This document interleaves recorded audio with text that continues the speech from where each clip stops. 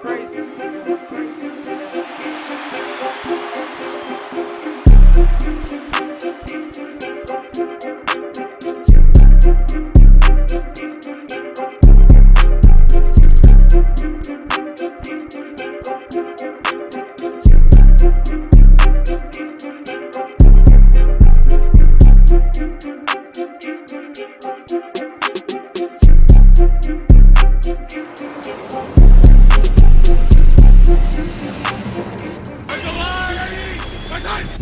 Welcome to the Shield Football Podcast. I'm your host, Fredo. Well, with me today, I got the whole crew in the building. I got that boy DC, got that boy Jerron, got Steven and Josh in the back. Like always, what up, guys? How y'all been today, man? We're doing good, Fredo. How about yourself, bro? Man, just right here, man. Week 8 under the books, man. We only got one more game tonight. The Raiders and the Lions. But Jay, what's up, man? So how you feeling about Week 8, man? Feeling good. Good games, entertaining stuff. Some major quarterback injuries we got to talk about. This the time of the year when weather starts playing a factor. Games start getting prettier to watch when it comes to like snow and cold. But man, it's entertaining. I can't complain. All right. Well, before we move on, man, let's talk about the elephant in the room, man. Yes, I am wearing a Oilers shirt. Everybody's giving me crap about it. I converted them, guys. I don't care. It says right here, Houston Oilers. Before I was a Texan, I was an Oiler. Who gives a fuck? That's what I say. Look, the thing I got on you about is this isn't the proper time for the Texans to lose and the Titans to look like that for you to wear. I mean, I get it. Valid points. I get it. They're valid points. I'm not disagreeing with you in there. I saw this shirt. I was like, man, I'm gonna wear it today. All right. Is it coincidence? Yeah, it is. That's your prerogative, Fredo. Yeah, I understand, man. But I just want to know where you bought the shirt at, man. I'm trying to figure out who's selling this bad gear around here, man. Academy Sports and Outdoors. Okay. It's not being sponsored by. I wish it was, but we're not being sponsored by them. But yeah, man, I got this one right there at the Academy, man. Real quick, guys. Week 8, Jerron, great points, man. Weather's being a factor now. Right now it's a buy sell. Top of the season's coming up. Trade deadline's coming up right now. It's on Tuesday, right? Mm-hmm. Yeah, the 31st. Ooh, man, it's gonna be interesting, man. But thank you for tuning in, guys. We could talk about all that and more today. But let's jump into the Thursday night game, man. We had the Buccaneers at the Bills. Final score 18-24. Let's go to some game leaders real quick. Mayfield, he threw for 42 completed, 25, 237 yards and 2 touchdowns. Not bad. Your top rusher was White with 9 carries, 39 yards. And your top receiver also was White with 7 catches for 70 yards. Now to the Bills side of the ball. Allen, he threw for 40, completed 31, 324 yards, 2 touchdowns, 1 interception. Top rusher was Cook for 14 carries, 67 yards. Your top receiver was Shakira. I pronounced that right? Mm-hmm. All right, man. Out of nowhere. With 6 catches, 92 yards, man. Not bad. And team stats, total yardage. Buccaneers were 302 yards, while the Bills had 427 turnovers. Buccaneers had 0. Buffalo had 1. Time possession, 28 minutes for the Buccaneers and 31 for the Bills. That being said, that puts the Bills at 5-3, second in their division, and that puts the Buccaneers 3-4, third in that division. DC, what are your thoughts on this game, man? Oh man, from the jump, Buffalo jumped right on them, and you can tell the game script. It was like they just told Josh Allen, "Go out here, this your game," and you could see more design runs for him, and he was just slinging the ball all around the field. I think Diggs was the third leading receiver. Yeah, he's normally the top guy. Now they got the emergence of this rookie tight end, which might be something beautiful for them going forward because he was highly touted coming out of college, and now with Knox being on the IR, so you might see this offense take another step. Yeah. The only thing I would say they work on is the running game, but they had 115 rushing yards, but 41 was from Josh.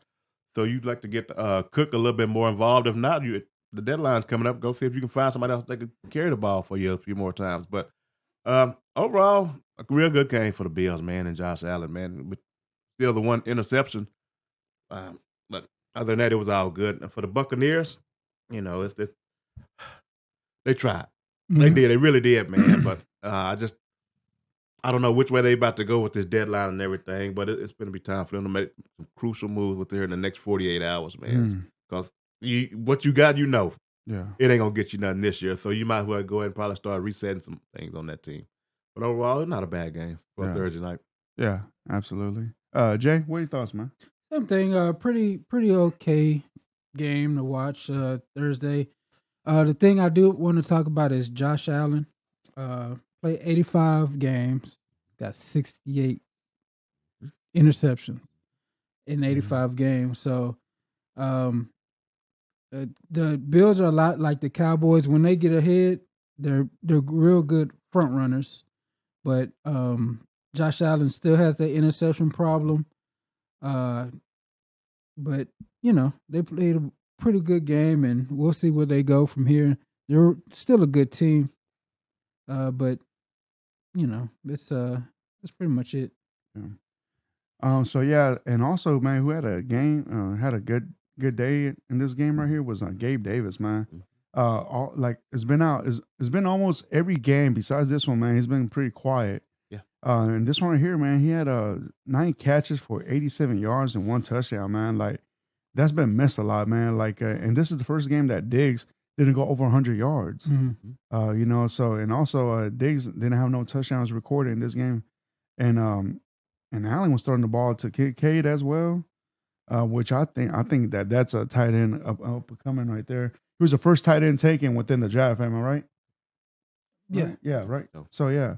So and you saying that he's coming up and he had a touchdown as well, man. So I don't know. It's like I know DC does not trust the Bills whatsoever, and but DC, do you still see the Bills a problem? No, I don't see him as being because I'm watching the way Cincinnati's about to start heating up. So Yeah. I still don't see them as a real threat. But with the Gabe Davis, he's actually had a sneaky good year so far. He's had like 5 touchdowns Mhm. already. So, 'cause I remember earlier in the season he was really hot, and then he kind of cooled off a little bit. But they do have some weapons, and like you say, with Kincaid stepping in the fold, so you may see him take another step. Yeah. Yeah. Yeah. All right, gentlemen, y'all boys got anything else in this game? No.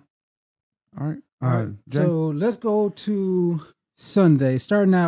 We're starting with the Houston Texans and the Carolina Panthers. Carolina comes up with the victory, their first victory of the year, 15-13. Let's start with Bryce Young. 22 of 31, 235 yards, 1 touchdown. Chuba Hubbard, leading rusher for the Carolina Panthers, 15 carries, 26 yards. Adam Thielen coming back through for him again, 8 receptions, 72 yards. On the Texans side, C.J. Stroud, 16 of 24, 140 yards. Dameon Pierce had 12 carries, 46 yards, and Noah Brown was the leading receiver with 3 catches, 57 yards. For the first downs, actually, let's go to total yards. 229 yards total for the Texans and 224 yards for the Carolina Panthers. Carolina improves to 1-6. Houston Texans fall to 3-4. Let's start. You want to start with Fredo? Yeah, go ahead, Fredo. Give me your thoughts on how the Texans performed in Carolina. This is a kind of look forward to game with the first and second overall pick. Mhm. How do you feel about how the Texans went? Man, all right. So one word to describe this game was sloppy. Very sloppy. You could tell the Texans wanted to stick with the running game. I get it, man. But the running game right now is not the answer. The running game has not looked good, maybe even since last year, man. Mm-hmm. The running game has not improved. And even after the game, C.J. Stroud said that he wished that his coaches can believe in him more to throw down more the ball down the field. Mm-hmm. And, I agree with that, man. Like, he was making some tight throws that, Noah Brown was catching, man. It's like some in very tight windows. He was making some promising throws, man. And the Texans had so many chances to win this game, man. Mm-hmm. They let the Panthers come in and give them a chance, man. The defense overall, man, defense played excellent, man. I wish the offense would have complemented that, putting in some more touchdowns in there, man. But overall, man, the running game is not the key to the Texans' success right now. What's going to help the Texans win some games, they're going to have to chunk that ball down the field, man. Mm-hmm. And they're going to have to trust C.J. Stroud to do that, man. This is the reason why you draft a quarterback second overall. You got to trust this kid to do his job. You got to trust him. You go into week 9 now. Moving forward, you have to trust him to do that. But overall, the Panthers, congratulations on your first win. Even though y'all did too much out there on the field, make it seem like y'all won a Super Bowl. But I get it though, man. Shout out to Bryce Young as well, man. Congratulations, man. But DC, what do you got in this game, man? I'm kind of almost the opposite of you on this, Fredo. They're gonna have to fix the run first, I think, because you don't have a threat passing if you don't have a threat running. Yeah. So they know you're just gonna drop back and throw it every time. That's gonna change the way the defenses look at you. Period. So they have got to fix this. I don't know what it's gonna take. I was expecting it to be a lot better coming off a bye as far as the running game. I figured they got a week off to fix some stuff, but I guess not. I don't know if it's an O-line situation or is it the running back Pierce not being able to run that scheme. I mean, like I say, that's one of those schemes where you may have to take your time. You don't just hit the hole. You have to wait for the play to develop, and every guy can't do it like that. Yeah. The 10 penalties, I think it was like 70 yards. Mm-hmm. Yeah, that was another thing that ate him up. But other than that, Stroud, he's going to be okay. Yeah. He's going to be okay, but they just going to have to balance that offense out. Well, that's going to be the main thing. They're going to have to balance. They got to find some type of run so you can respect the pass. We see that's what I meant. The running game is not going to develop this year. For order for them to win games this year, you're going to have to throw a little bit more than unexpectedly. Because now, unless if they get a running back from the trade deadline, right. Which I don't know which running back is really out there to like help out with this system.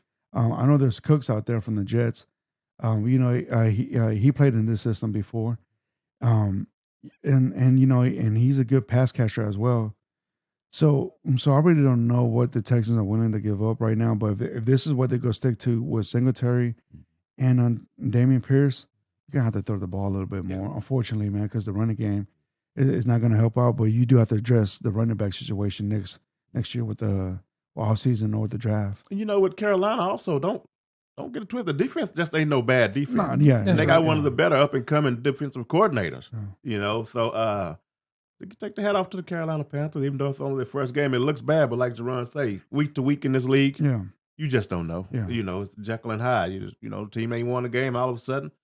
They were home underdog and still came out and win. So, but what do you think, Jay? And I was also disappointed in the Texans with this game. To me, it felt like they, again, were able to snatch defeat from the arms of victory. Like, there's no reason why this game ended the way it should. If they really did what they had to do, they would have went down that last drive and scored at least a field goal just to put the game away. We put so much praise on D'Amico and CJ, and it looked like old Texans. It looked like Davis Mills. Same old Texans. It looked like same old Texans. Like, we've seen this script before. There's no reason why they lose to Atlanta and to Carolina. Yeah.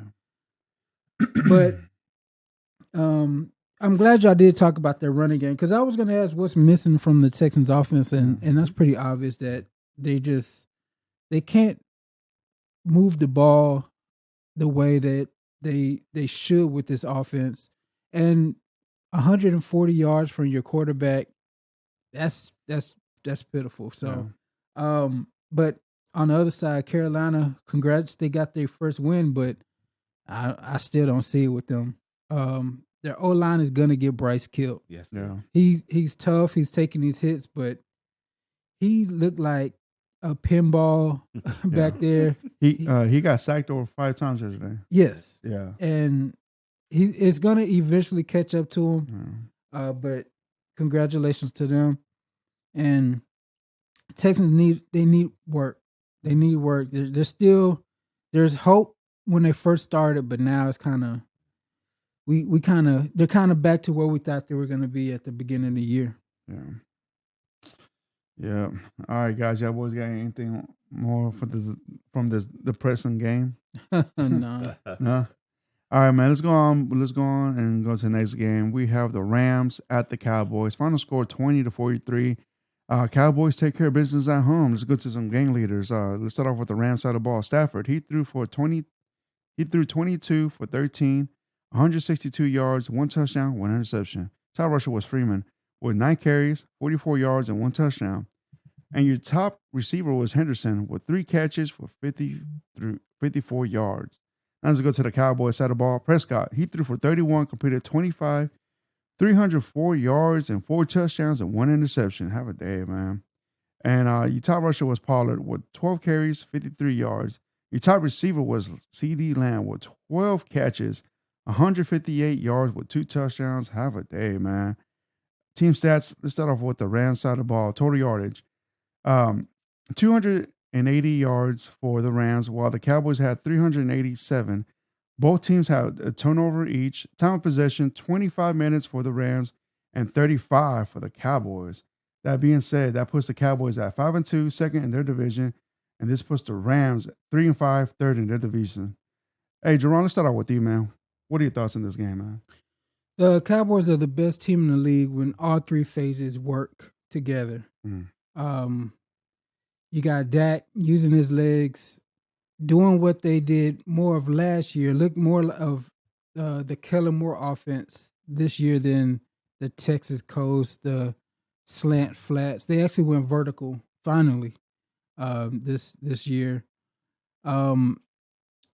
So when the offense is playing like that, your defense is getting pick sixes. They're getting sack pressures, forced fumbles, and then your special teams long return and punt block. There's only a handful of teams that can do that on every phase of the game, and Cowboys are one of them. So when they all play like that, they're lights out. Dak looked good.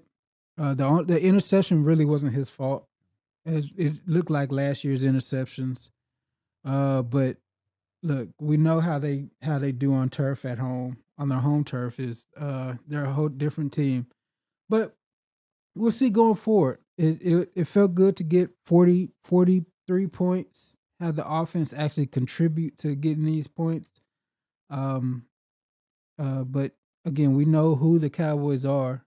Can they go on the road and do the same thing? Yeah. DC? This game was over after the first quarter. Yeah. When they got down, I knew there was no chance. Anything the Rams tried to do, the Cowboys smothered it. And when they jumped up and they got that lead, I knew right there and it was a wrap. They held Puka and Cooper Kupp to only 7 receptions total. Yeah. That right there, that's amazing, man. That is amazing right there. They did a hell of a job on them, and Dak had a day. And C.D. Lamb, my goodness. Yep. from the first whistle blown, man, the man was out there getting on them. And they beat him to the point. I think they almost quit after halftime. They knew they wasn't coming back, man. And then they took the quarterback out. He said his thumb was hurt, and I think his feeling was hurt. Yeah. After getting beat down in the hometown like that. Very sad situation for the Rams. Yeah. But hats off to the Cowboys. If you can hold those 2 receivers, because you can argue those have been 2 of the better receivers throughout the year. Yeah. And the Cowboys had a combined 7 receptions when it's normally each one of them getting 7 receptions a week. That was a hell of a deal for the defense, but the Cowboys, man, damn good game for them. Yeah. Damn good game. There we go. All right, gentlemen, y'all boys got anything else in that game? No? No. Give me a second. Let's go to the Vikings versus the Green Bay Packers. A very disappointing game for the Packers.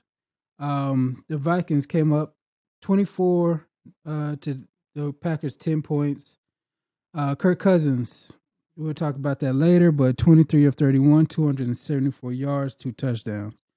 Alexander Madison, 16 carries, 31 yards, and KJ Osborne was the leading receiver with 8 receptions, 99 yards. Jordan Love, 24 of 41, 229 yards, 1 touchdown, 1 interception. They say that leading rusher, Jordan Love again, 4 carries, 34 yards, and Reed was 4 catches, 83 yards. The Vikings dominated this game. They got 346 total yards.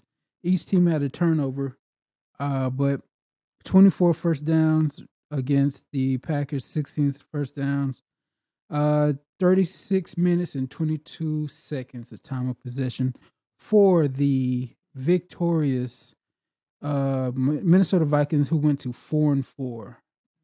But the big news is Kirk Cousins. DC, what do you think?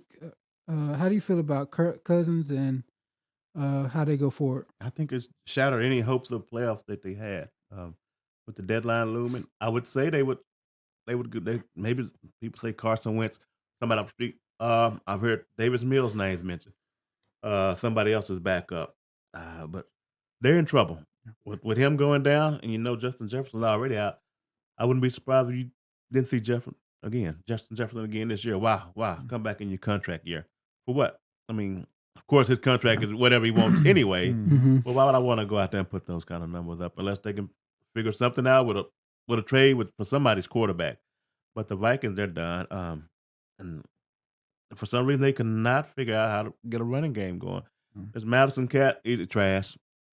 Cam Akers came in and scored the Vikings' first rushing touchdown of the whole year. No way. They hadn't had a rushing touchdown until Cam Akers ran one in this weekend. That's terrible, man. And now no quarterback. I feel bad for the young kid Addison, man, because he was putting up some big numbers. Yeah. Really big numbers, looking real good, but look like those days are about over. And on Green Bay, it's time to go back to the drawing board. Yep. I don't care what they say. They keep trying to call Jordan Love a rookie. Nope. I'm sorry. He sat behind Aaron Rodgers all those years and didn't learn crap. Are you kidding me? Man, the way he looks out there, that's ridiculous. So now they're going to have to rethink their whole plan. Yeah. So I wouldn't be surprised if they back in the quarterback hunt. There's nothing you're going to say to make me change my mind about Green Bay and that quarterback situation. This is just terrible, man. Yeah. You sit there all those years. And LaFleur, that's on you too. You got playmakers all around. And your offense still coming out there looking like that. It ain't like y'all playing the 85 Bears. Y'all playing the 23 Vikings, which I understand. Their defense has been getting better, but ain't that much better. You should have been able to put up some points against them, man. That's just terrible. I ain't got nothing else on them, man. All right, well, so what's it called, DC? So you said that the Packers right now, they do have talent. You got they got Aaron Jones. Aaron Jones only carried the ball 7 times for 29 yards. You got A.J. Dillon, solid backup. He only carried the ball for 6 times for 11 yards. And your top rusher was Jordan Love, your quarterback, man. Come on, man. That's bad. But yeah, DC, I agree with you, man. Packers fans, get ready to find a quarterback. The way y'all going right now, hell, man, y'all might even have a top 5 pick. So we see what's up. Free agency wise, man, like they ain't bother looking for a quarterback, man. Y'all need one fresh one to be a long-term franchise quarterback because Jordan Love is not the one. Now to the Vikings side of the ball, man. I feel sorry for Kirk Cousins, man, because I know he wanted to finish out the year with the Vikings, but it looks like this game was his last game as a Viking. Yeah. Yes. Yeah. And that's the sad part about it. Now the Vikings got a choice to make. Either to tank it out the rest of the year or they want to give up whatever to get a quarterback. But I say if you're going to go that route, might as well go for the street first and hit up Wentz, right? Something. I would. I mean, because why give up draft capital for a quarterback that you're not even for sure is going to make a big difference in your franchise at this point? I say, man, if not, just even stick to your backup quarterback, And in the running game, like you said, DC, you need to fix that, man, ASAP. Because this offense is based off of the run. If your running game ain't good, they know who to cover. Most likely, he's going to cover the ball, catch the ball, but he's not playing right now. So right now, they're going to shut down your wide receivers, man. But luckily, but hell of a win for the Vikings right here, man. But they do have a problem moving on for this season right here. But great win at Lambeau, though, man. Jay, you got anything in this game, man? Yeah, just shouts out to Kirk Cousins. He was playing his best football ever. He was going off. He in this game he looked great. He looked great against the 49ers a couple weeks ago. So it's a tough injury. Like you said, this is gonna be his last. That was his last start as a Viking. Most likely.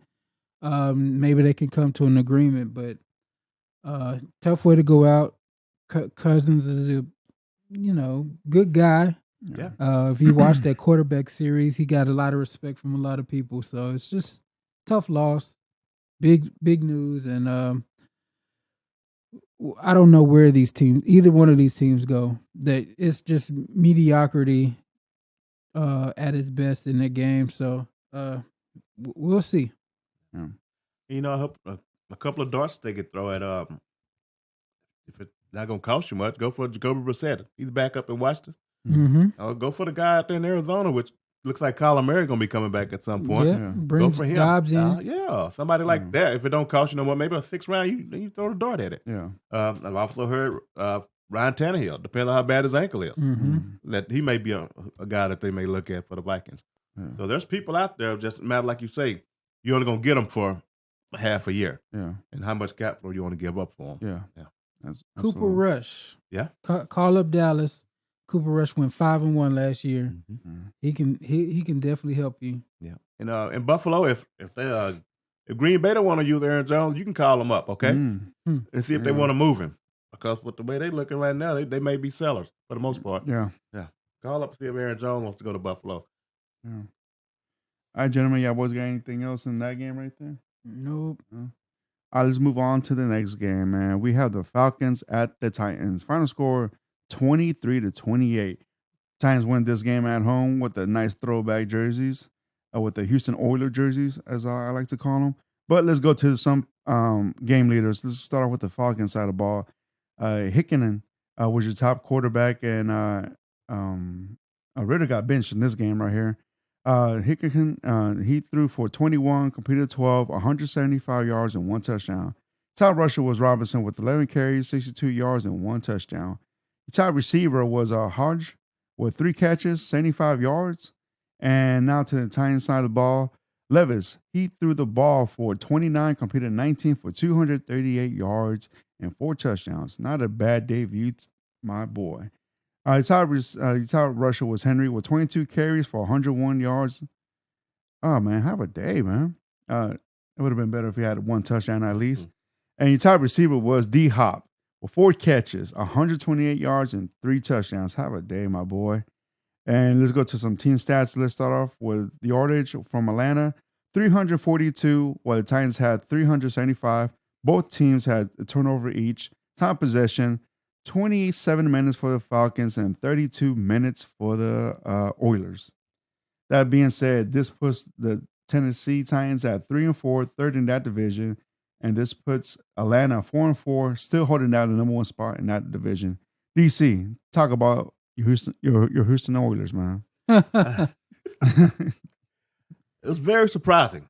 I'm actually with Levis because he's been on third string all year long, and then they gave him the start yesterday.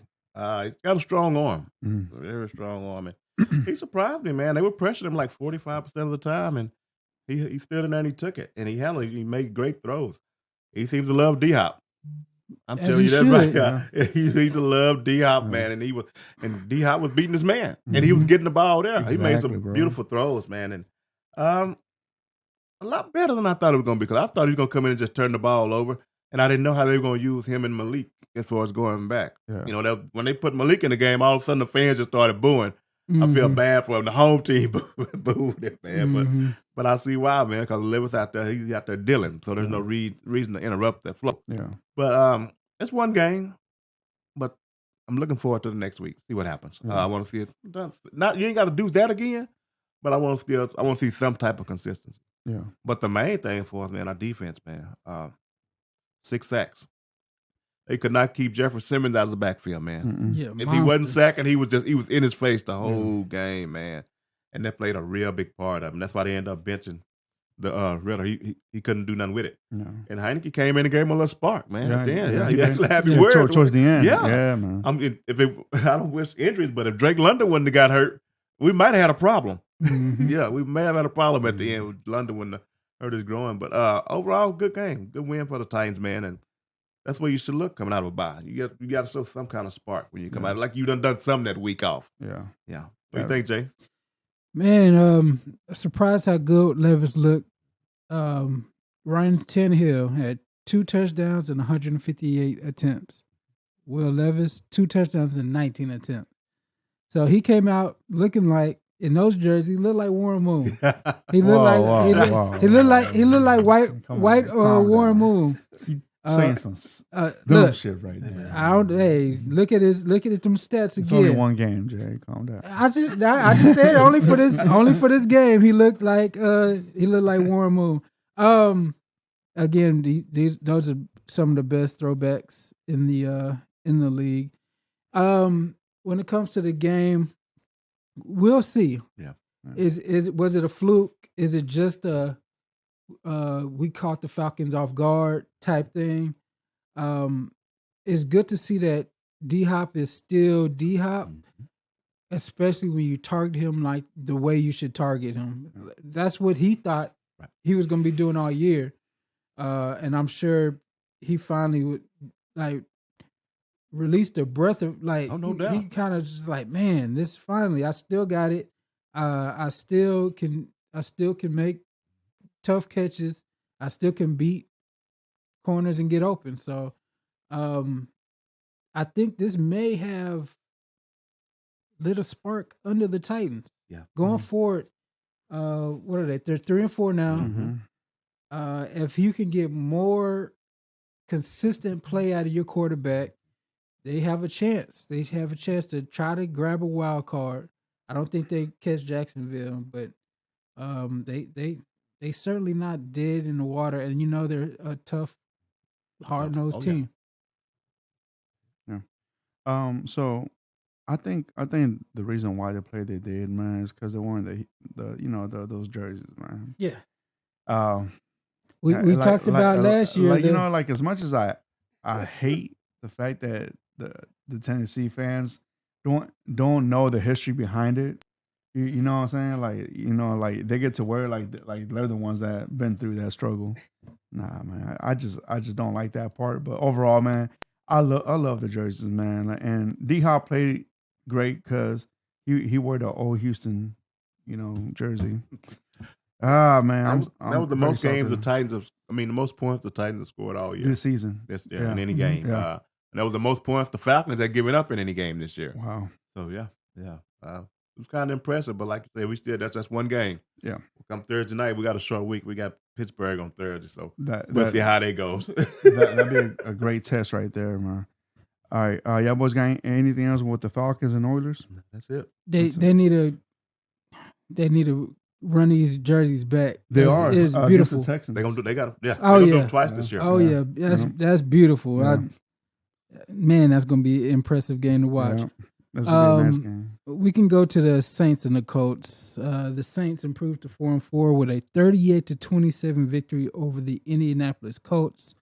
Derek Carr, 19 of 27, 310 yards, 2 touchdowns. Taysom Hill, 9 carries, 63 yards, 2 touchdowns. And Raheem Shaheed, 3 receptions, 153 yards, and a touchdown. Gardner Minshew with 23 of 41, 213 yards, 2 touchdowns, 1 interception. Jonathan Taylor, 12 carries, 95 yards. And Josh Downs, 7 receptions, 72 yards. The Saints dominated this game with 511 total yards, 371 yards for the Colts. Each one had a turnover and 24 first downs for the Saints. This is one of your teams that you watch, Kraft. Mm-hmm. What did you think about how This game went for the Saints. This is the game script the Saints need. Yeah. Remember, he only threw 27 times this week. Yep. Carr. Previous 2 weeks, over 50 times. 50, yep. And they balanced it out with the run. They had 161 rushing yards. Mm-hmm. This is what the New Orleans Saints should look like going forward if they want to win this division. It worked out well because I think they're the only ones in the division that won this week. The Falcons lost, the Buccaneers lost, and Carolina won, which that's not going to be a big of a factor. Yeah, they only have one. That was a big win for them this week. But that's the way the game script has to go. Even though they having to bring in a switchblade again, Taysom Hill to run the ball for him, but hey, whatever it takes to get that number right, man. So in this Rashid Shaheed, my goodness, Yeah, Rashid. man, that dude fast. He can go. But and Michael Thomas showed a little spark, But overall, if the Saints want to win the division, this is what they have to look like going forward. Don't just set Derek Carr back there and expect him to win it for you. Yeah. No, you got to run the ball. You have to balance that thing out. Yeah. Good win for the Saints. Yeah. Saints. Thank you for giving that L to the Colts. Any team that gives an L to my divisional rivals, man, thank you so much. I'm just surprised that Chris Olave made it out to the game, man. He got arrested on Monday for speeding, and the quote he said, "I'm a Saints player," and the cop said, "And what?" Yeah. So. Oh man, but yeah, man. So besides that, man, like the Colts, DC. Well, really, Jay and DC, I got a question for y'all, man. Are the Colts selling or are they looking for buying right now, man? Because the Colts yesterday, man, like it looked like they were gonna pull out this W, man, but the second half, man, the Saints just came in and take care of business, man. Yeah, I don't think they would be buyers. I don't think they feel like their roster is strong enough to really make that push. So I don't think they'd be buyers. Maybe sellers, depends on one of those tight ends or somebody they can move, but no, I don't think they're gonna do much at all right about now either way. Yeah, I think they stand pat. I think they're something like 12th in the draft. They're high enough to get help for next year. Yeah. I think they stand pat. Play out this year, see what Gardner can do for you, and just keep trying, keep taking swings at the fence for next year. Yeah. And I don't know why they stopped running the ball. I mean, Jonathan Taylor was moving down the field. He only had 12 carries for 95 yards. So I don't know why they got away from the run. They still mixing in Zach Moss, which Zach Moss is running some carries. But they still splitting it 50-50. But I figure at some point Jonathan Taylor's going to take the backfield over. Yeah. And that number's going to go more to a 70-30. Yeah. Like I wouldn't be surprised if it happens next week. Right. Yeah. I think it's time for him to, get paid all that money, man. You got to take care of more of the They were load. running the ball well against the Saints. Yeah, they were.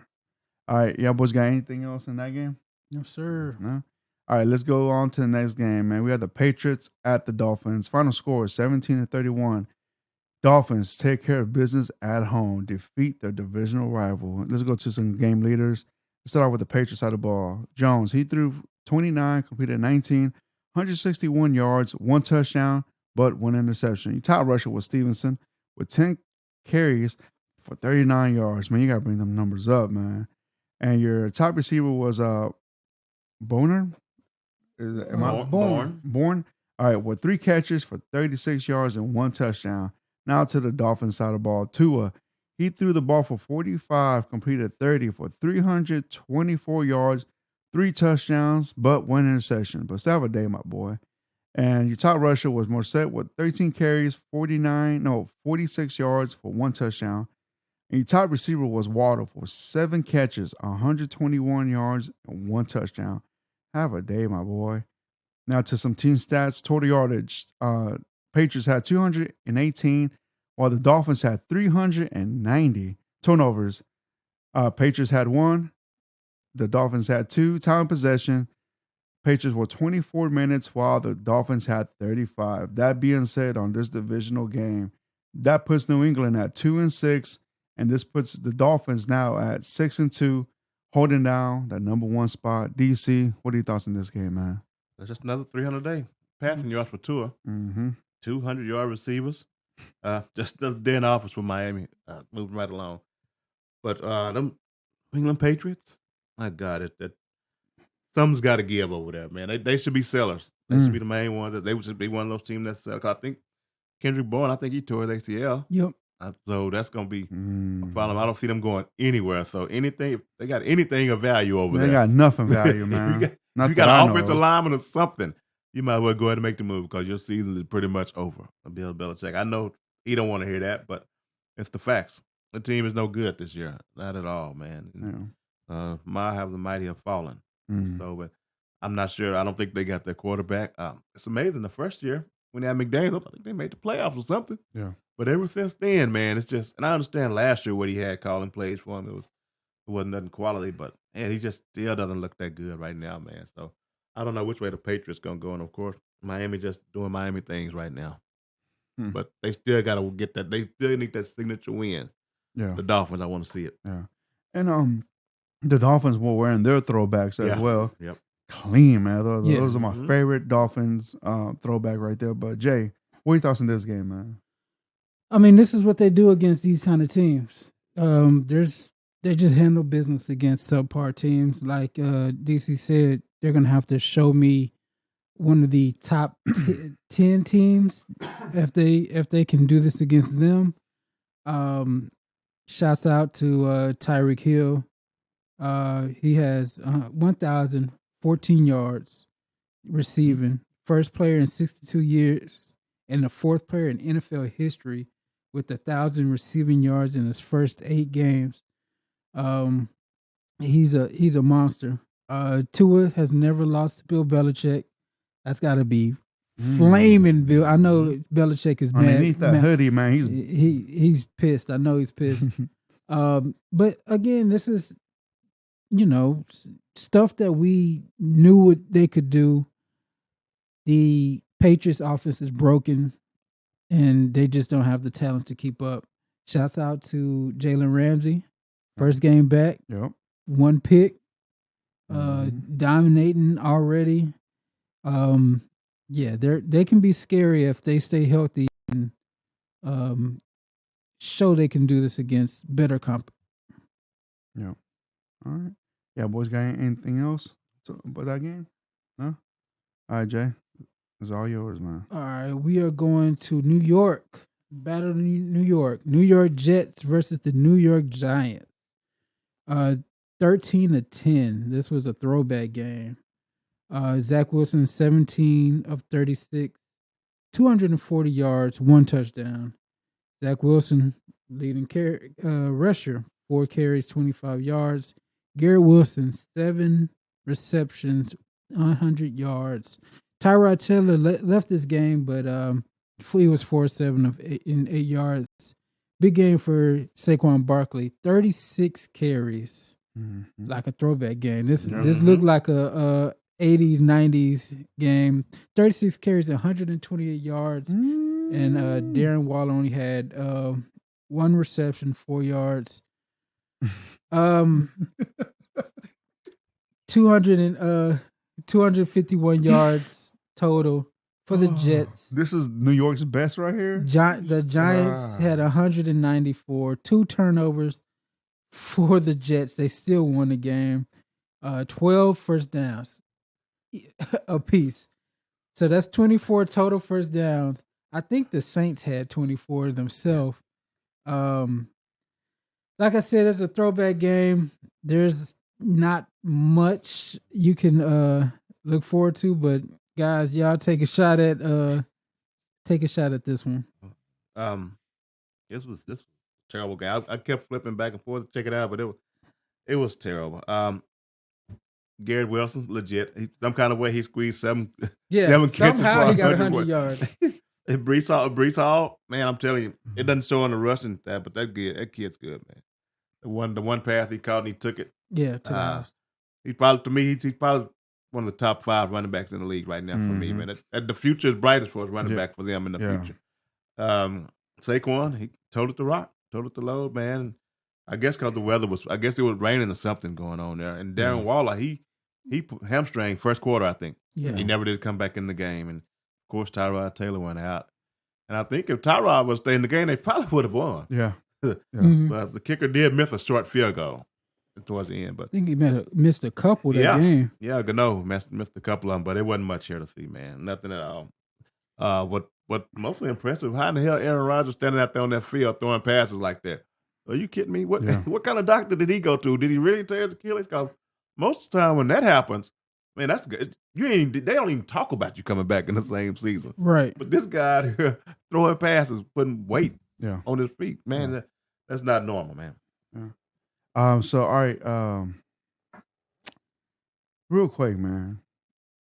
The fact in total receiving yardage, the Giants only put 7 Yep. total. Yep. And you mean to tell me this had a chance to win this game? Yes. While the Jets had 240, you would think that this would have been a blowout game. Turnovers. But no, absolutely not. This is very elementary. This ain't throwback. This is elementary stuff right here, man. But hey, man, like I guess the Jets took advantage of this, man. But God. But this is sad though, man. Like this should not even be a professional football game right here, man. We see more highlights on a flag football game than this. This is just sad, man. I have nothing to say about this. I'm gonna go the other way. Go. The offenses were so bad that it made this an enjoyable game. Like going back to watch this game and going through all the highlights and stuff. Like any big play felt like they just won the game.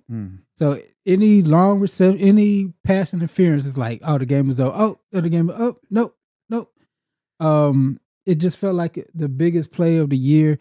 And like I said, this is throwback. Like the offenses back in the day, just run. Yeah. And if you get a big play, it feels like you won the game. Yeah. Shout out to Kayvon Thibodeau, 3 sacks this game, 6 tackles, 3 TFLs, and a forced fumble. He's finally coming into his own. He played like a monster this game. But I hope Dayball he gets an extension. Yeah. I need Dayball to stay in New York. I need Why, to be competitive or keep losing like this? Oh, just to keep losing. I'm happy that what's happening in the Giants locker room. But man, it's not much you can say positive coming out of this game. At least the Jets are still in it. Yeah. They're 4-4. 4-3. Are they 4-3? Yeah, they 4-3. Yeah. Woo. Yeah. 4-3. So You see their next 5 games? No. I think they got the Chargers and a couple of more cupcakes mixed in there coming up. Yeah. And Aaron Rodgers. They got Miami coming up too. Aaron Rodgers could be back by the end of it if they can make a run to get a wild card. At least a wild card. Maybe they can make some shake. So, congratulations to them. But yeah, that game, you won't be seeing that on NFL Network this week. You know, I'm about to cut Dayball some slack this year. Oh no! You know, how? Look at them, man. Look. They probably played the toughest schedule. Let me show you who they lost to: Dallas, San Francisco, Seattle, Miami, Buffalo, and then the Jets. Before the Jets, them 5 games they had lost, man. I don't think they had a chance to win against those teams, man. And they still ain't played the Eagles 2 times yet. Oh, it's gonna get ugly. It's gonna get real. Terrible schedule, man. But the thing I will say is, look how Arizona's performing in their losses compared to how that makes a difference. The Giants have been embarrassed 5 times this season already. That takes a toll. Like at least Arizona makes it competitive. They make it competitive. They only play a half, but it's a competitive half. And still, this game went to overtime. That's crazy. Kicker missed 2 field goals, like Jerome said. He was 1 of 3 in the rain. Yeah, that's home game for both of them. I feel bad for the NFL, man. That you had to waste money to put that on TV, man.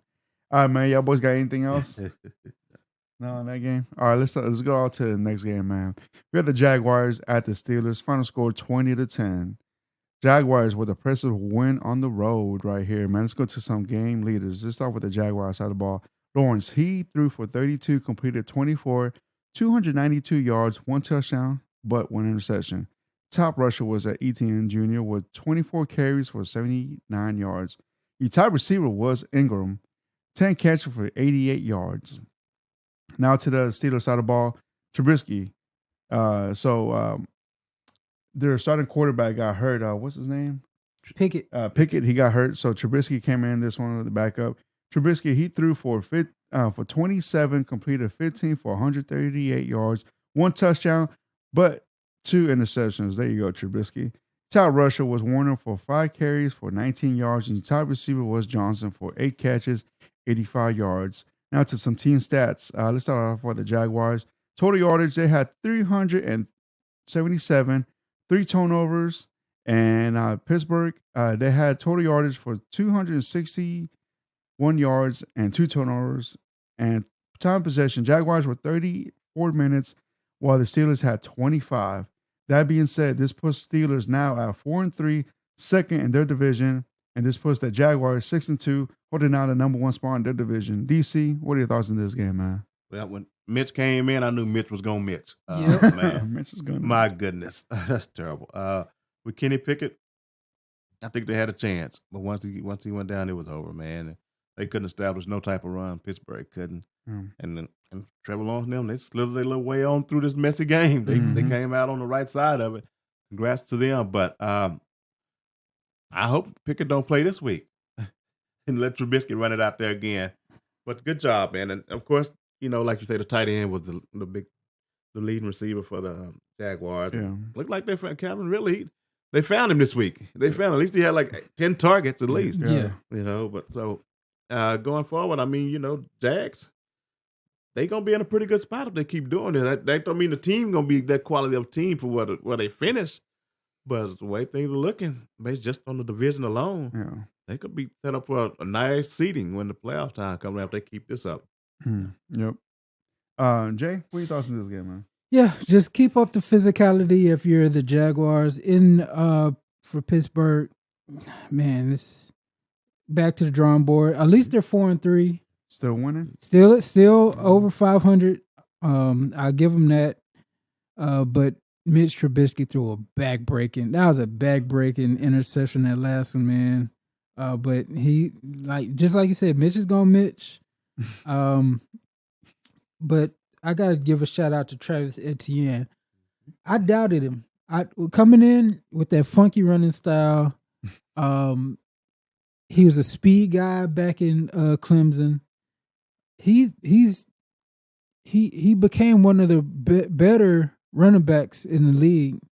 He went 24-79, but look at his receptions. Yep. Three receptions, 70 yards. And 1 touchdown. 1 touchdown. He had a long of 50. He's a game breaker. Yeah. In the best sense. So shout out to them. I don't care which. The Jaguars are gonna be a tough out. But we'll see how they do on the road. But 6-2 at this point, you can't complain. It's right. You just look at their loss to the Texans, but the Texans kind of own them in Jacksonville, so that's just one of them things. But shout out to the Jaguars. They're a tough team, and I can't wait to see them in the playoffs. Yeah. All right, y'all boys got anything else on this game? Yeah. All right, Jay, it's all you, man. The Philadelphia Eagles visited the Washington Commanders, who have a stupid name. The Eagles won 38-31, improved to 7-1. Washington fell to 3-5. Jalen Hurts went. He had a hell of a game. 29 of 38, 319 yards, 4 touchdowns. DeAndre Swift, 18 carries, 57 yards, 1 touchdown. And the man, the myth, the legend, A.J. Brown, 8 receptions, 130 yards, 2 touchdowns. Sam Howell, 39 of 52. He had 397 yards, 4 touchdowns, and an interception. Brian Robinson Jr., 10 carries, 59 yards. Jahan Dotson finally showed up. 8 receptions, 108 yards, 1 touchdown. It was a back and forth game. The Commanders should have came out on top. They had 472 total yards. They had 26 first downs. The Eagles had 374 total yards with 2 turnovers. But Kraft, what do you think about how the Eagles look? Man, wow. I wasn't expecting this. Just like we said last week, we didn't know if Hal was going to make it out the game. Yeah. Only sacked one time. Yep. That's amazing. Because I know It they was get a- at least 5 or 6. Yeah, it was a crucial sack. Yeah, but, yeah. And man, 397 yards, not bad for him. Not bad. And he was spreading that thing all around the field. You know, but the big deal here is going to be, you know, the Eagles. A.J. Brown. Yeah, you have got to start talking about him in the MVP conversation. We just talked about Tyreek Hill. He may be playing better than Tyreek Hill. He within 100 yards of Tyreek Hill. If you look at the numbers for yardage wise, and we say he's at 939, I think Tyreek's at 1,019. Yeah. So this 125 minimum seems like every week, and the touchdowns, man, we're gonna have to definitely start talking about it because he's playing at a really high level right now. Ain't nobody gonna match that look like but Tyreek Hill. Mm-hmm. But as far as the best receiver right now, I think he is the best receiver right now playing. Mm-hmm. Of course, you're going to see people say Reek because of the speed, but if we're inside the 5 and I got somebody I need to go to, I'm definitely taking A.J. Brown over Tyreek Hill. A.J. Brown when it gets compressed, when it gets compressed, that's the guy you want out there. He ain't hard to find, and you can put it pretty much damn near anywhere. If he can get his hands on it, he's going to bring it in. Once again, Eagles moving right along. Hurts turned it over. They still got to keep an eye on that. You know, we're going to kind of gloss over it because they won. But in a certain game, that may have been the difference in the game. Every week. Because you see, I think it was on the goal line when they did that. The touch push, and they end up losing it. Yep. So, you know, we got to keep an eye on those turnovers because at some point, it's going to be crucial. Yeah. So, but either way, good game, Philly, man. Yeah. Man, shout out to the Commanders, man. Like they were in this game, man. Mm-hmm. You know, it just like the Eagles just dominated well, man. What you said, DC, with A.J. Brown. Man, this dude's a monster, man. I mean, 8 catches for 138 yards and 2 touchdowns, man. Jeez, man. And then also, man, Devontae Smith, man. He had a game as well, almost 100 yards, 99. And so yeah, in the running game, you know, they didn't play much a big factor in this game, man. Only 59 yards. So so that running game was not there, man. But overall, man, the Eagles have won another road win right here, man. But half of that stadium was number Eagles fans, anyways. Yeah. Always, yeah. Yeah. So yeah. Jay, how do you feel about this divisional game, man? Commanders had them. Yeah. This is another one of those Eagles wins that's should have been a loss. Eagles pull it out at the end, but Commanders had them right where they wanted them. Mm-hmm. And the longer the game went, the more the Commanders looked like the Commanders. Yeah. When it got in the third quarter, if it would have been the third quarter, Commanders win. Yeah. Well, they started making stupid decisions. Ron Rivera should be done after this season. We say it every week. But A.J. Brown is the star, man. He's what we thought DK was going to be. Yes. Mm-hmm. Yes. DK is a physical freak. He's strong as hell, fast as hell. And A.J. Brown, his college teammate, is that plus some. Mm-hmm. His hands are ridiculous. 8 targets, 8 receptions, 130 yards, 2 touchdowns. As long as they get him going, they're unbeatable. That's the thing that's been happening all year is they've been relying on A.J. Brown, and they've been winning games. He's not even getting all that much separation. Right. He's just more man than everybody else on the field. He gets his hands on the ball. You can't tackle him. And when the ball is in the air, it's his. He look like old Dez Bryant going up with one hand catching. So we'll see how it goes forward. The game that A.J. Brown doesn't show up, I think that's the next loss. Yeah. If you can contain A.J. Brown, I think this is when Hurts isn't as great as he was this game. But man, it's just these teams keep letting the Eagles off the hook, and somebody's got to bring into it. Yeah. Hey, DC, I got a question for you, man. Like, how would you think that AJ Brown would look in that Oilers uniform yesterday? He looked good, but I mean, the team, the team would he wouldn't look. The numbers he put up wouldn't look like that. But yeah, he looked good. Like Yeah. just like Derrick Henry looks in it, you know, like Yeah, a beast. yeah. Yeah. But Yeah. yeah, man, I- he looked good. I still think AJ Brown looks better than that Kelly Green. Right, Jay? Oh yeah, he looks better than that Kelly Green. Everybody else looks like trash. But yeah, again, all we seeing is every one of the throwback jerseys we've seen this week. Whoop the Kelly Green, like get the Kelly Green jerseys out. We're going to talk about the next game. Seahawks jerseys. Yeah. The Dolphins jerseys look great. The Oilers. Get them Kelly Green joints out of here. They all look. I still like the Kelly Green ones. All right, all right. So y'all boys got anything else besides jerseys? Jay? All right. Let's move on to the next game right here, man. We had the Browns traveling to Seattle. Final score 20-24. Seattle takes care of business at home with a throwback, like Jay said. I like this throwback right here. There's ones from the 80s. I love that throwback right there. Those are incredible. Man. I love them, man. All right, and let's go to some game leaders, and let's start off with the Browns side of the ball. Walker, he threw for 31, completed 15, 1 touchdown, but 2 interceptions. Your top rusher was Kareem Hunt, 14 carries for 55 yards and 1 touchdown. Your top receiver was Cooper with 6 catches, 89 yards. Now to the Seattle side of the ball. Smith, he threw for 37, completed 23, 254 yards, 2 touchdowns, but 2 interceptions. Top rusher was Walker, the third, with 8 carries for 66 yards. And your top receiver was Lockett with 8 catches, 81 yards, and 1 touchdown. Have a day, man. Let's go to some team stats. Total yardage. Cleveland had 385, while Seattle had 362. Turnovers. Cleveland had 3, Seahawks had 2. Time possession. The Browns had 37 minutes, while the Seahawks had 23. That being said, this puts Seattle top in their division now with the number 1 spot, 5-2. And this puts the Browns at third in their division, 4-3. DC, what are your thoughts on this game, man? Man, I feel bad for the Browns defense. Mm-hmm. That effort they put out there like that and the quarterback play they getting out of it.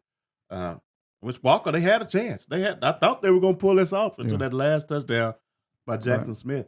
Gino was a little sloppy with it a couple of times, but that happens when you got Myles Garrett breathing down your neck every other play. It's going to happen to the best of them. But overall, good win for Seattle. They get the first place in their division now. And, of course, with Cleveland, we don't know what's going to happen with Deshaun Watson. If they can just get 50% of him what he used to be, this team right here would be, my goodness, legit.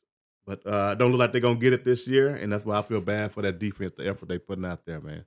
It's terrible. But, you know, in Seattle, they moved to number 1, but I still don't think they're better than the 49ers, but they just in first place in that division right now. Yeah. Jay, what are your thoughts, man, on these two teams right here?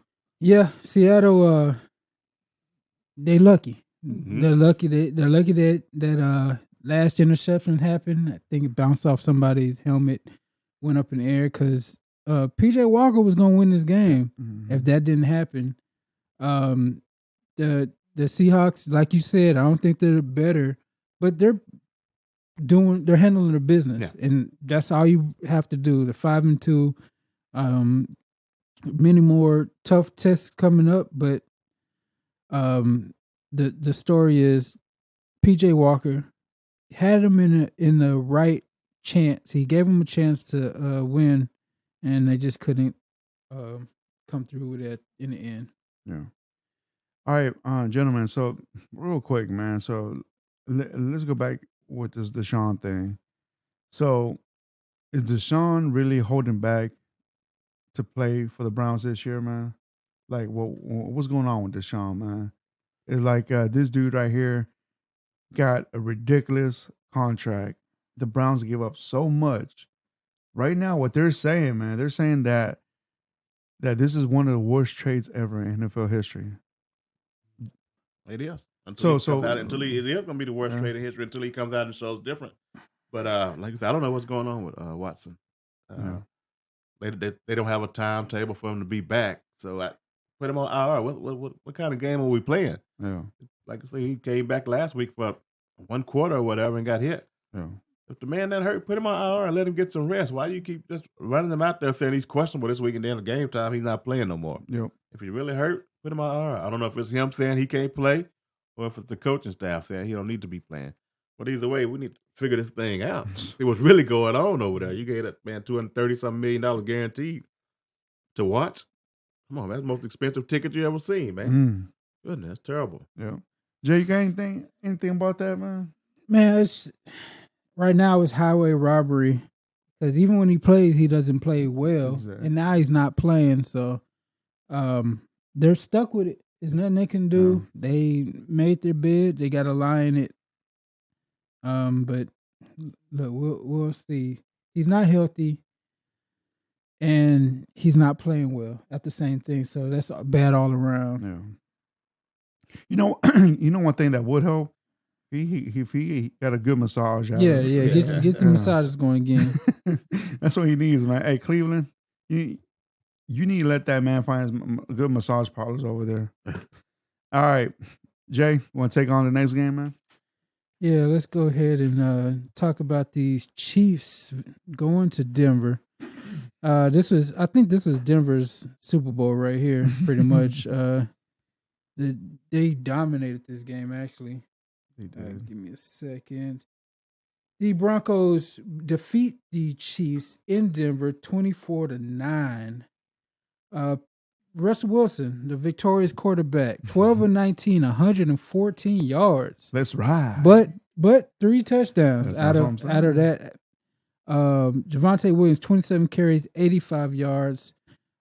Judy had 2 receptions, 50 yards and a touchdown. Patrick Mahomes, 24 attempts, 38, 204, 41 yards, 2 interceptions, no touchdowns.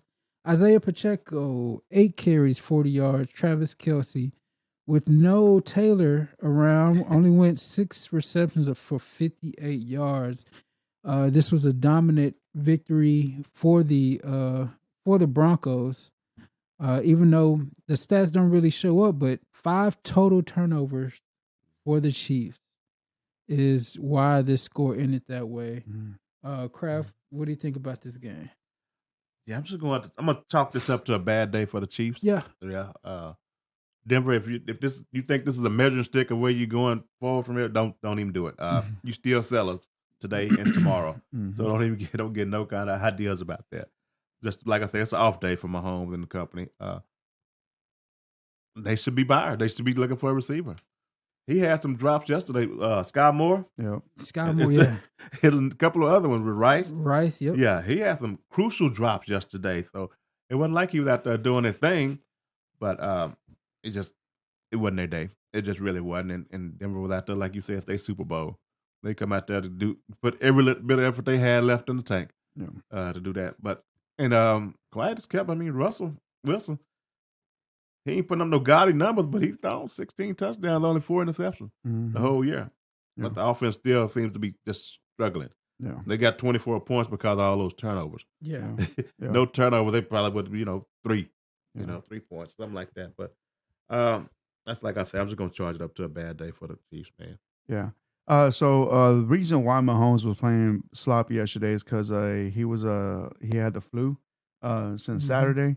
So going in and playing in that cold ass weather, pretty sure it didn't help neither. And also, Travis Kelce underperformed as well. But then again, if your quarterback ain't play, it's not gonna play good. What makes you think the receivers are gonna play good? And but yeah, man, the Broncos overall, I will give a shout out to their defense, man. Their defense yesterday played a really good game yesterday against the Chiefs. And also Justin Simmons, man, he had what was it, two interceptions yesterday? Yeah. Yeah, he had 2 interceptions yesterday, man. He has intercepted the ball the most from anybody else from Pat Mahomes. Pat Mahomes, man. Huh. So shout out to that, man. So this guy plays well against Patrick Mahomes, or at least intercepts it at least. But yeah, man, shout out to the Broncos, man. Y'all boys needed something to look forward to. I guess this was it right here, man. Yeah, Basically, like DC said, this was just a Kansas City shooting himself in the foot. Mm. I don't think Pat Mahomes played bad. Right. His receivers let him down. Multiple drops. Just and it went 0-3 in the red zone.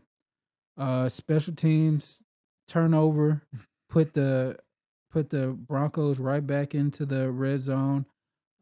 He had to throw it to try to get them back in the game, Yeah. and he just forced a couple of interceptions.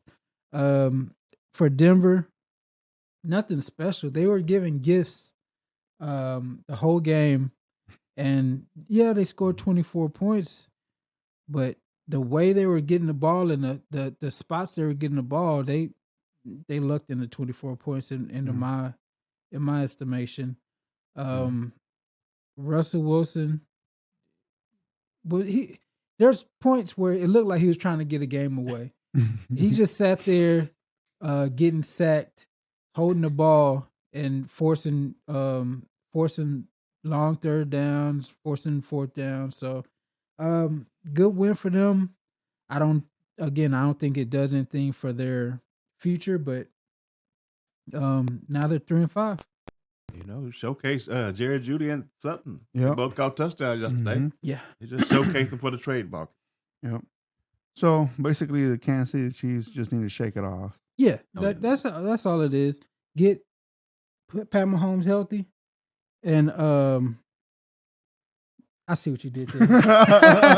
I see what you did. No, but they just got to get them healthy, and I did like that the Broncos played that after the game to taunt Travis Kelce. But again, it's gonna become a curse now. We'll see y'all. We'll see y'all later. Yeah. All right, man. Broncos country, let's ride. All right. On to the next game, man. We have the Ravens traveling to Arizona and defeat the Cardinals. Final score 31-24. Let's go to some game leaders real quick. Let's go for the Baltimore side of the ball. Lamar Jackson, he threw for 27, completed 18, 157 yards, and 1 touchdown. Your top rusher was Edwards, 19 carries, 80 yards, and 3 touchdowns. Boy, have a day, man. And let's go to your top receiver, 4 catches for 40 yards was Andrews with 1 touchdown. Have a day, man. Let's go to the Cardinals side of the ball. Dubs, he threw for 37, completed 25, 208 yards, 2 touchdowns, but 2 interceptions. Top rusher was DeMarco. Am I pronouncing that right, guys? DeMarcado, something like that. DeMarcado, yeah. For 20 carries for 78 yards. Your top receiver was McBride for 10 catches, 95 yards, and 1 touchdown. I'm going to say this with all due respect. Who is this guy, man? Who are you talking about? From the top receiver from the Cardinals, McBride. Trey McBride. Mm-hmm. Yeah, Trey McBride. There we He go. was a Mackey Award winner coming out of college. It was the best tight end in college 2 years ago. Well, Mm-hmm. I was like, man, I didn't know who he man. was, That's why Zach Ertz probably won't get that spot back. Mm-hmm. All right, let's get to some team stats. Total yardage. The Ravens had 268, while the Arizona had 310. Turnovers. Ravens had 0. Cardinals had 2. Time of possession. Both teams equally with 29 minutes and 30 minutes. So that being said, Arizona still last place in their division, 1-7. This puts the Baltimore Ravens first place, 6-2. DC, what are your thoughts on this game, man? I'm impressed with these Cardinals, man. Mhm. Even though they lost, man, they've been impressive this year, man. Yeah. They really have. I thought they were going to get blown out in the beginning, but for some reason, right in the middle of the game, it started to switch up. Mhm. Well, it was actually, I think, 7-7 for the longest. But Gus Edwards came through for him. 3 Yeah. touchdowns, Mm-hmm. 3 touchdowns, big ones. And Lamar, he sacked him 4 times. He Yeah. got to him. So I don't know what's going on with that. But Arizona, man, they're real pesky, man. You ain't getting nothing easy in Arizona. So that's my biggest take. Of course, it was a good win for the Ravens because you win on the road. It's always a good win. Yeah. But the highlight was the fact that the Cardinals, the way they playing, man, just after you watch Baltimore do what they did last week to Mhm. Detroit, and then for them to come in here and play them like that, man. Great win for the Ravens. I was expecting a little more from Lamar, but hey, they got the win. Yeah. That's what matters. Yeah, absolutely. So the Ravens right here now they're holding out that number one spot in their division, man. Congrats on that. You're basically two. It's a three-way tie for that second place, man, in that division. Jay, what are your thoughts on this game, man? It's a weird game. There's a lot of weird passing totals with Lamar Jackson only getting 157 yards. Mm-hmm. It looks like a trend of weird passing all this week. But again, I got a hat tip to the Cardinals, just like you said. They're now scheduled to have the number one overall pick while looking respectable at the same time. Mm-hmm. Is remarkable. If there was a power rankings for the worst teams, they would be above 2 or 3 win teams in my opinion, because they come out play hard. Josh Dobbs, he had 2 interceptions, but he still seems to be making stuff shake. And just on the Ravens, for them, this is your number one team in AFC as of right now. They're all 3 phases showed up this week also, and they need to fix the passing game. But again, it's one of the things when you go to Arizona after big victory, there's going to be some letdown. Yeah. All right, y'all boys got anything else more in this game? No. Let's go to San Francisco. The Cincinnati Bengals go into San Francisco and demolish them 31-17. Joe Burrow had him a day, looking like old Joe Burrow. 28-32, 283 yards, 3 touchdowns. Joe Mixon came through big, 16 carries, 87 yards and a touchdown. And Jamar Chase is him. 10 receptions, 100 yards, 1 touchdown. Brock Purdy, he had an up and down game, 22 of 31, 365 yards, 1 touchdown, 2 interceptions. Brock Purdy was the leading rusher with 6 carries, 57 yards.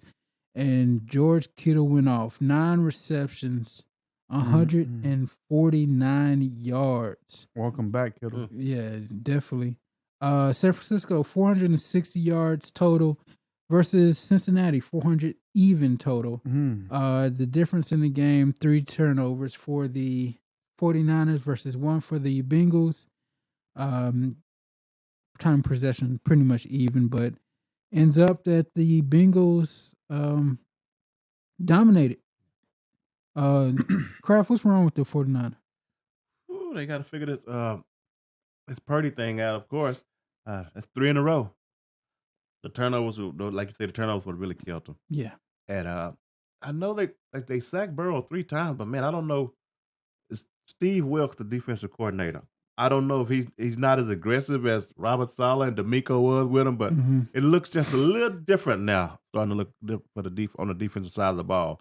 It don't look as aggressive. I don't know if it's Wilkes or what it is, but that's a hell of a win by the Bengals to go in there at their place and do that, and look like they got their stuff together. Joe Burrow and Chase, they second harder than nobody with that combination. Yeah.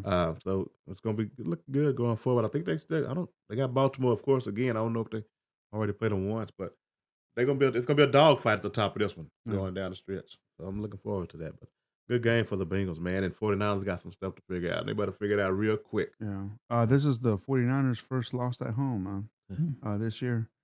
But yeah, Jamar Chase, man.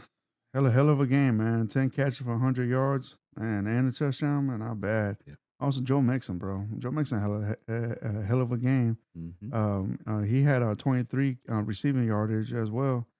And, the dance that he did in the end zone, I wasn't mad at that. Yeah, that was nice. That was nice, man. Like, I wish we could show that, man. But we'll put the moves on him, man. Well, great road win for the Bengals, man. But still, they're still the last spot in their division, though, man. It won't be long. Despite that they come with this impressive victory right here, man, but they're still holding out that last spot because those divisional games matter, and because of that, man, they're technically in the last spot. If they would have taken care of business, man, like they would have been holding down that number 2 spot if they at least would have won some divisional games, man. But the 49ers, man, their team is still solid, man. It just the Pretty just needs to clean it up a little bit more. And that's all he needs, man. But he needs to take care of that damn ball. The 49ers don't ask him to tote the rock so many times, man. Just take care of the ball. Just take care of that and you'll be all right. But great point what you said, DC. That defense doesn't look as aggressive like they did in the past couple years, man. But we'll see what's up with that. But other than that, man, y'all boys got anything else in this game? Yeah, sure. If I'm the 49ers, I'm more concerned about my defense than the offense. On offense, they really miss Trent Williams. He's a tone setter for them. Debo is another tone setter. And once they get them back, they'll be okay on offense. But again, like y'all said, the defense isn't putting enough pressure. Bosa isn't coming. He's not the defensive player of the year like last year category. Like last year, he's getting single blocked pretty easily. 31 points at home against Joe Burrow, who looked back. They're back. The Bengals are back to what we thought. I don't know why they always start out so slow, but here they come. Yeah, with Joe Burrow's calf looking right, they're gonna start making some waves now. But he picked them apart at home, and 49ers just look lost. The 3 straight losses is kind of surprising, and now they're gonna have to actually work to get back. I don't think they're gonna get home field advantage throughout the playoffs, but now they're trying to catch the Seahawks. Now those games are gonna be more important than ever. But we'll see. I think they're gonna be fine. Again, I don't want to go to San Francisco in the playoffs. They're gonna eventually fix this and get back on their winning way. Okay. Some kind of way, Purdy, he cleared protocol. That was surprising. On a short week, they played Monday night. Yeah, in some kind of way, he was still able to play. And I've seen some guys have to sit out for 2 weeks because they can't clear. But some kind of way, magically, he cleared it. He probably wish he had stayed in there after that performance, with the interception. But that's strange to me that he was able to clear it on a short week like that. I know they take that very seriously in the NFL. Yeah, they do. Y'all boys got anything else in that game? yes, sir. No. All right, let's go to the next game right here, man. We have the Bears traveling to LA to play against the Chargers. Final score 13-30, man. Chargers take care of business on Sunday Night Football. Let's go to some game leaders real quick. We have Pruitt. He threw for 37, completed 25, 232 yards, and 2 interceptions. Top rusher from the Bears, Foreman. He carried the ball 9 times for 34 yards. Top receiver was Komet with 10 catches, 79 yards. Now to the Chargers side of the ball. Herbert, he threw for 40, completed 31, 298 yards, and 3 touchdowns. Have a day, man. Top rusher was Eckler for 15 carries for 29 yards. And top receiver as well was Eckler with 7 catches, 94 yards, and 1 touchdown. Basically, Eckler, have a day, my boy. And let's go to some team stats. Total yardage, the Bears, 295, while the Chargers had 352. Turnovers, the Bears had 2 turnovers, while the Chargers had 1. Time possession, 28 minutes for the Bears and 31 minutes for the Chargers. So that being said, this puts the Chargers at 3-4, second in their division, and this puts the Bears 2-6, last in their division. DC, what are your thoughts on this game, man? Chargers, thank God you played the Bears. Thank God that's who y'all had on y'all schedule last night. The numbers look good at 31. Completions were 40 with 298 yards. But Eckler got 94. So that lets me know you didn't do much on that, Herbert. Period. So you were lucky. You played the Bears. Like I say, this team is not going nowhere, man. I think they lost another receiver last night. Palmer, I think it was. So Bears, it's a fire sale. People call, you selling. Yep. I don't see it no other way for you guys. This is going to have to be a complete rebuild. And I think what you're going to have to do, you got to figure out if you want the head coach or the GM. You need to get those guys on the same page. You hire one year, and then the next year you hire another one. So if those guys don't want to work together, then it's never going to work, because those guys definitely have to be on the same page when it comes to personnel. And I got a feeling evidently somebody there wanted Fields, and I'm sure there's somebody there that don't want Fields. So at some point, they got to make up their minds on that and make up their mind on which way they're gonna go with it. But I know they're not on the same page. And until that happens, that's gonna be this carousel. Feel bad for DJ Moore, man. Yeah, man. Yeah. Jay? Yeah, this is one of the least impressive offensive games I saw from the Chargers. Like you said, the numbers look good, but it was a dink and dunk game. They were heavy screen, like it seemed like it was a quick throw, run, screen. That's all they did. I think they were in cruise control. They knew that Bajent couldn't really threaten them that much. It's the Bears are just a tire fire. There's not much they can do. Let's just break this apart, kind of rebuild back in the off season. But I wasn't impressed by the Chargers. They just did the bare minimum, and they let the Chicago Bears shoot themselves in the foot. But the 3-4, to me, both teams weren't coached that well. And if the Bears somehow did come up with this victory, everybody should have been fired off of that game, because this was a layup. Once Fields was out, there's no threat.